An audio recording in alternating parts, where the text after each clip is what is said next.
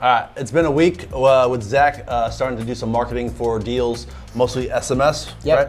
So mostly SMS. So he's got some leads. He's been hitting me up over the week of asking me some questions on some deals. What do you think about this property or this property? And I'm giving some feedback. But he has two properties we're gonna go over.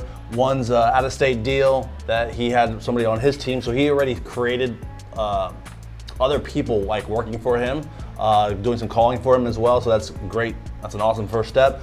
And then another deal that's like a creative deal. So we're gonna go over those two deals and see if we can make some offers on those and start contracting some properties. So we're gonna go over the creative finance offer, but he doesn't have all the info that we need to be able to actually make a creative finance offer. So he's gonna call the seller back, get some of the mortgage info on the property, and then the tenant info, how much the tenant pays, if it's month to month, if it's on a lease, and then that way we can break down the numbers and see what we can actually offer to the seller. Hello. Hey Richard, how you doing? This is Zach. I had talked to you a little bit briefly on text about the property on LPGA Boulevard in Daytona. How you doing? Oh, good. How are you, Zach? Doing good. Kind of in the middle of something. Can we Sure. pick this up a little bit later today? Am I able to ask you just a couple quick questions? I only need just a couple things. Remember we were talking about that creative deal? We were talking about some terms. So a little bit of information I need. What, your tenants are month to month, you told me, correct? No, signed a 1-year lease. Okay, 1-year lease. And then what are they currently paying for rent? $14.50. Gotcha. When does that expire, that 1-year lease? We're only a month or two into that. Okay, a month or two in. All right. I remember you told me the mortgage, you said you owed $75,000 left on it. How long, when does that mortgage come up? When does it end? I don't know without looking. I have too many to keep in track of it. It's Okay, ask him his payments. Okay. it's Payments for what? The it's a mortgage 30-year. Okay. That's what he's paying 5 monthly? years old is my guess. So 25 years left. Gotcha. Okay. What are you currently paying monthly for your mortgage? It's just under 800. Just under 800. 780, something like that. 780. What about with taxes, insurance? Taxes and insurance. It's all built into the mortgage. All built in. Perfect. Great. You know what your interest rate is? One more time. Interest rate, do you know what your interest rate is? Do you know what your interest rate is on the property? I do not. It's an investment property, so I'm pretty sure it's 5.55, something like that. Gotcha. Okay, great, that's all I need. I'm gonna formulate an offer and get back to you later today or tomorrow. Sweet, that's all I need. I'm sorry to take any more of your time. I will now be able to formulate an offer and I can get back to you today or tomorrow. Does that sound fair? Sounds good to me. All right. Thank you, Richard. Thank you for your time. Sorry to Thank bother you. you. Yeah. Have a good one.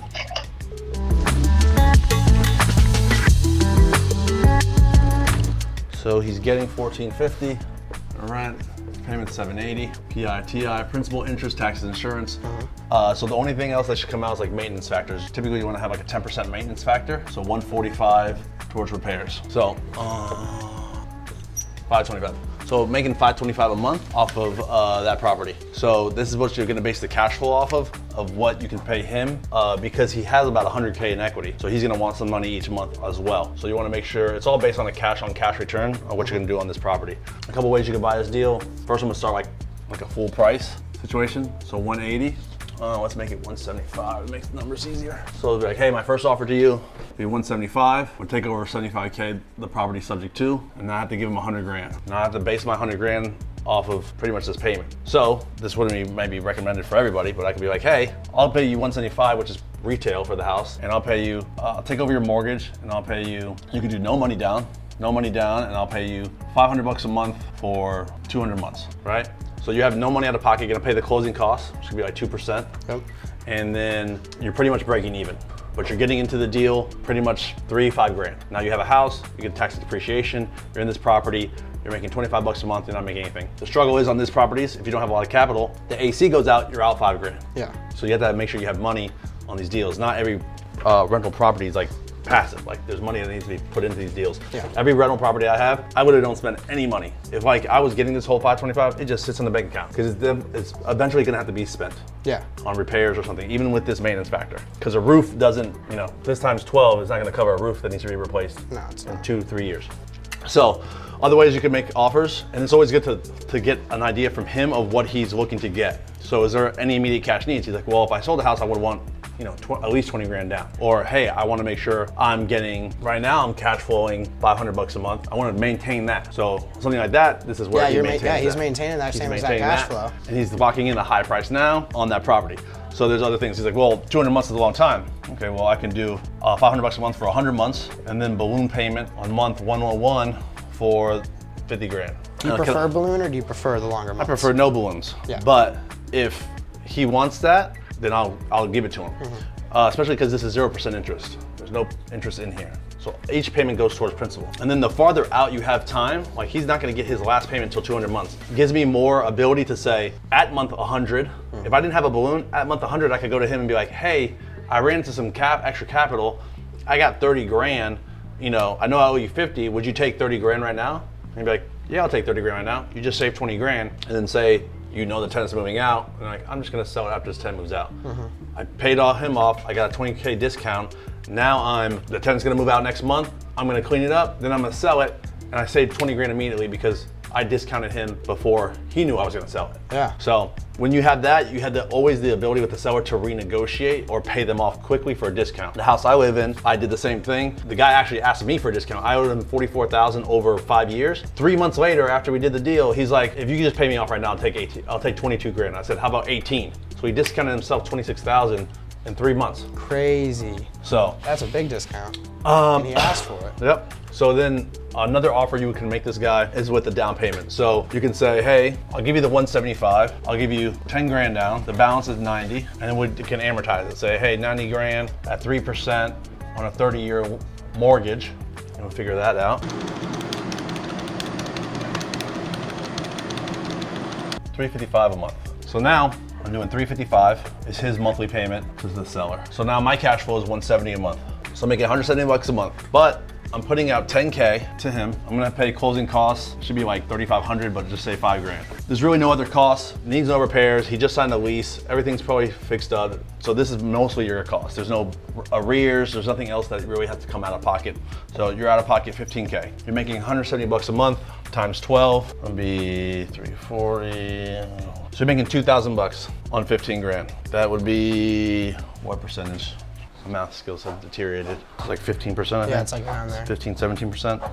13.6%. So you're making a 13.6% return on your money. Pretty decent. I'm typically looking for 20% returns on anything creative, but it's not a bad deal. On these types of deals, you can raise money. If you can raise money at cheaper than 13%, you can get in this deal with no money down, bring a partner on it, split the deal. But this is how you're gonna underwrite the deal to see what your cash on cash return is and make different offers for him. So this would be an offer where you give him kind of the most money. You can do another offer where, hey, I'll pay you 150 grand. This could be like the first offer. You can make it a second offer. For me, I prefer to present multiple offers. So I'm like, hey, my other offer to you is 150 grand, and I'm gonna give you, so the first offer I would make would be the 0% interest one. Yeah. Hey, I'm paying you 175, I'm giving you top dollar for the property, 0 down, I'll pay you $500 a month, and then if he wants a shorter balloon, go from 200 months to 100 months with a balloon payment at month 101. The second offer I'd say is like 150, I'm gonna give you 15 grand down, and then it'll be 135, taking over the 75K mortgage, so I'm giving you 60 grand. 60 grand, I'll give you $500 a month for 120 months. So the real difference in the offers is purchase price,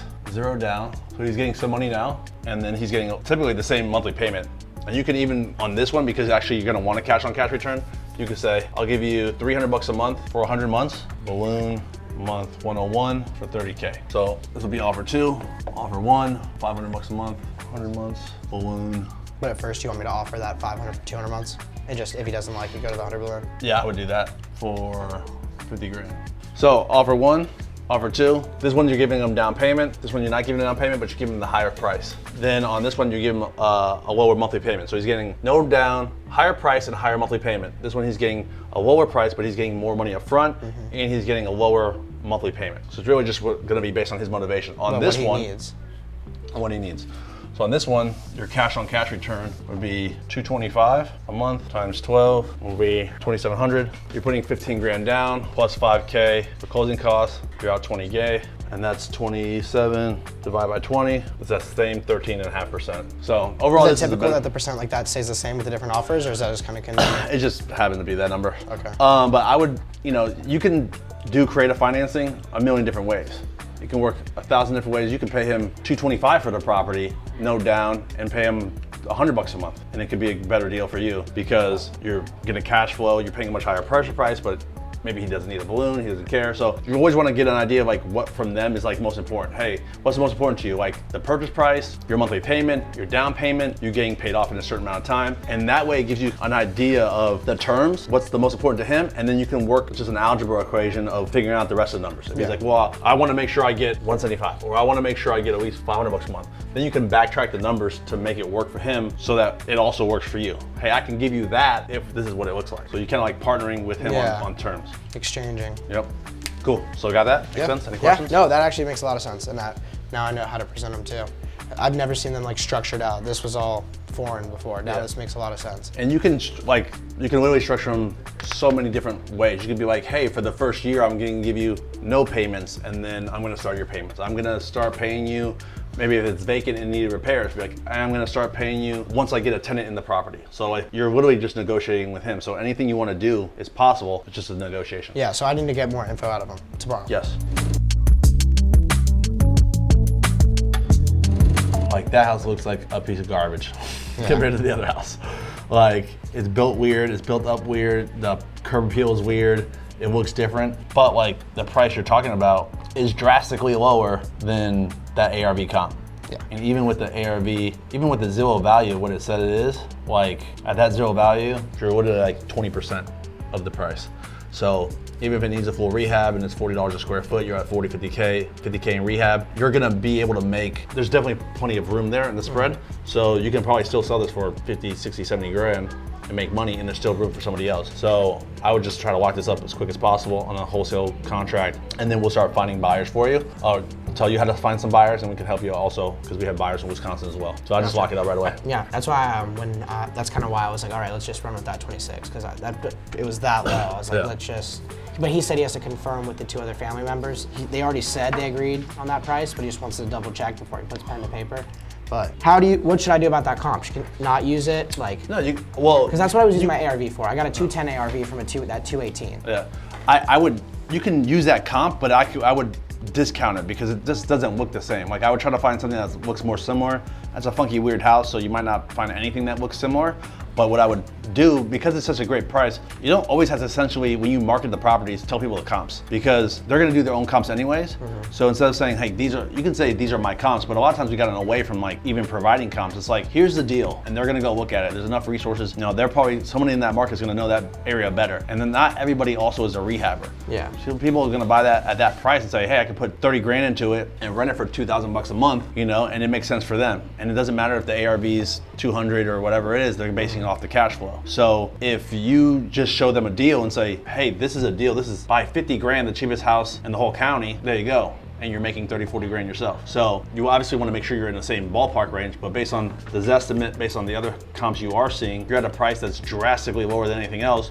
It's probably because it needs a lot of work, but I would contract it, get pictures, get more info, and then put it out to some buyers. Start finding cash buyers in the area, put it out to those buyers who are buying in that area, see what they're looking for, have them go look at it, give you some feedback. At that price, you have plenty of room to negotiate with them. Really, the reason you need comps is to get an idea of what you want to sell it for. Yeah, that's what I was getting it for. It was looking at like 90 to 100, and I was thinking, oh, we do something 75, 80, just get it sold quick, provide someone with a good deal, they'll buy it quick, get off my hands, got room for them to go with it too. 100%. I can make my money off of it, and then they'd get their return also. Yeah, so I would lock this up as soon as possible, but like I told you before, like in those situations, when someone calls you and gives you a great price, which is like 100 people who are qualified to give you an offer, like someone's gonna give you a retarded price, and that's why you always want to make sure you don't give the number first. Because if someone's like, hey, what would you pay? And you're like, oh, I'll pay 50. And they're like, oh, that sounds good. And you're like, oh, damn it. If they accept your first offer, it wasn't low enough. And with them, you also don't want to accept their first offer. If they're like, hey, I'll take this, give me 30 grand. And you're like, oh my God,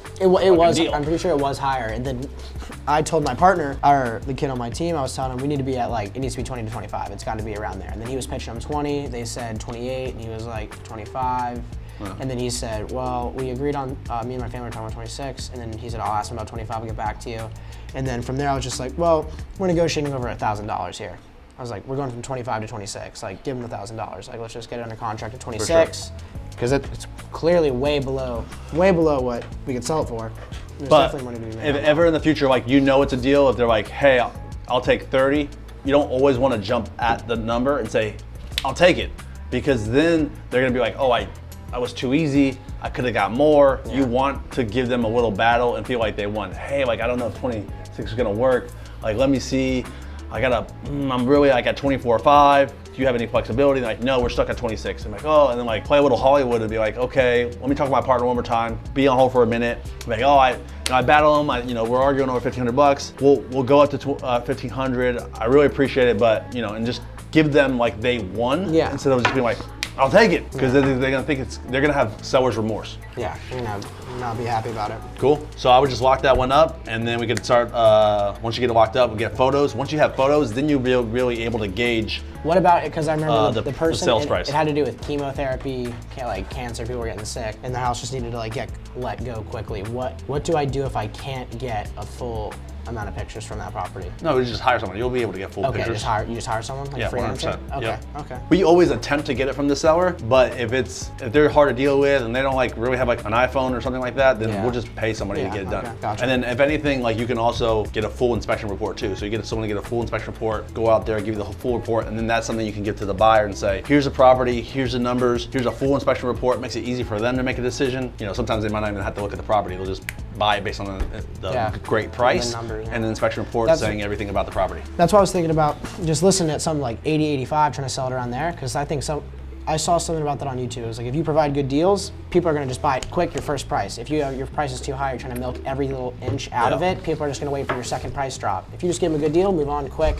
and just do more deals. You wanna make sure you're offering great deals and great value. Obviously, you don't wanna leave chunks of money on the table, because if you do that every deal, you're leaving 10 grand on the table. You do fucking 50 deals in a year, it adds up. So you wanna make sure you're able to maximize your profit, but the deal moves quickly, especially in an area where, I don't even know where that place is. Yeah. No, I have no clue. Baby.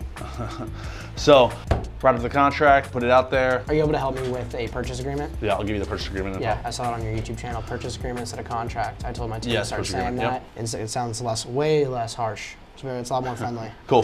Sounds good? Yeah. All right, let's make it happen.